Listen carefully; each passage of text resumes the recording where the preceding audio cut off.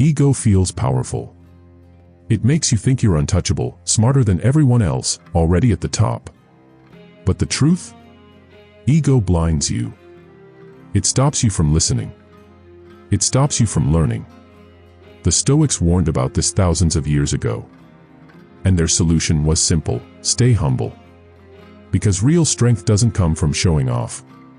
It comes from staying grounded. Today, let's talk about why ego destroys, why humility builds, and how you can practice humility every single day to become not just wiser, but stronger. We've all seen it. That person at work who never admits when they're wrong. The friend who always has to one-up every story. Or maybe, sometimes it's us. Ego whispers, "You already know enough." But that's dangerous. When you believe you know it all, you stop growing. Epictetus said, "It is impossible for a man to learn what he thinks he already knows." Ego is fragile. Think of a glass tower. It looks impressive, shiny, untouchable. But one crack. It shatters. Ego works the same way. One failure, one insult, and suddenly all that pride collapses. That's why ego doesn't protect you. It exposes you. It makes you defensive instead of open. It turns every challenge into a personal attack. And when life doesn't go your way, ego doesn't give you resilience. It leaves you broken. Ego also isolates. When you're consumed by proving yourself, you stop connecting with others authentically. People sense arrogance, and they pull away. The more ego grows, the lonelier you become. Now, humility isn't weakness. It's not about putting yourself down. It's about seeing yourself clearly. Your strengths, yes, but also your limits. Marcus Aurelius, Emperor of Rome, reminded himself daily not to get caught up in pride. He wrote, "You could leave life right now.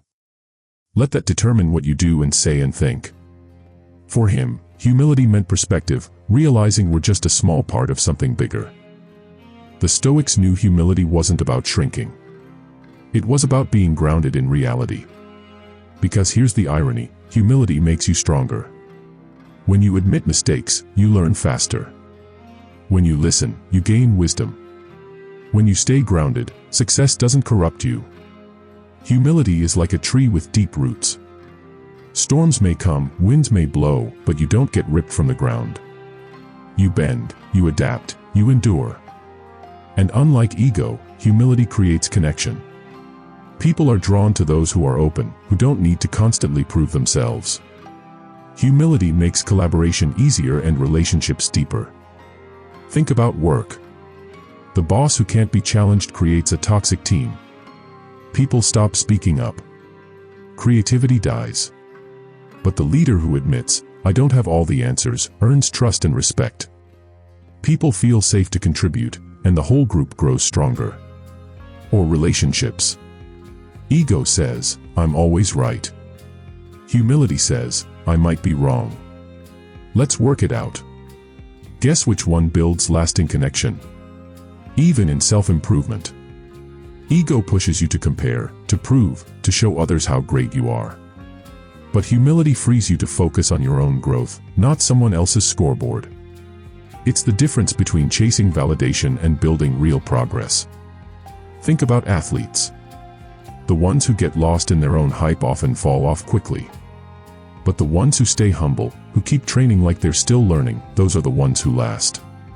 Even celebrities show this contrast. Some fade out because fame fed their ego. Others stay grounded, treating success as a responsibility rather than a crown. That's humility in action, and it's what keeps them respected long after the spotlight fades. So how do we practice humility, the Stoic way? Listen more than you speak. Next time you're in a conversation, pause before answering. Ask questions instead of rushing to prove yourself. You'll be surprised how much you learn. Write down your mistakes. Marcus Aurelius journaled daily, not to show off, but to check his own ego. When you write honestly, you see where pride got in the way, and where you can do better. Remember what's not in your control. Much of success is luck, timing, or help from others. Recognizing that keeps you grounded and grateful. Celebrate quietly, Do good work because it's right, not because you need applause. If recognition comes, great. If not, the value is in the act itself. Surround yourself with truth-tellers. Friends who challenge you are better than fans who flatter you. Feedback is a gift, even when it stings. Practice gratitude. Each day, remind yourself of who helped you, what opportunities you were given, and what lessons came from failure. Gratitude weakens ego and strengthens humility. Keep a beginner's mindset. Even if you're experienced, approach new tasks as if you're still learning. This keeps growth alive and ego quiet. Humility also connects us to something larger than ourselves. The Stoics often reminded themselves of nature, how vast the universe is, how small we are in comparison.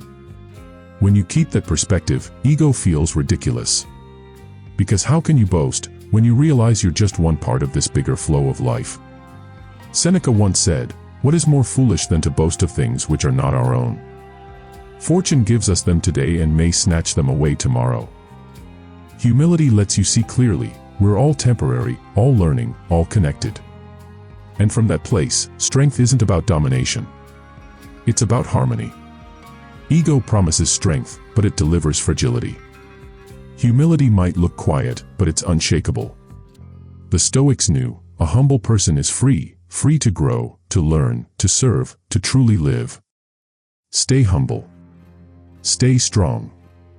This is the modern art of Stoicism. Turning trials into timeless lessons.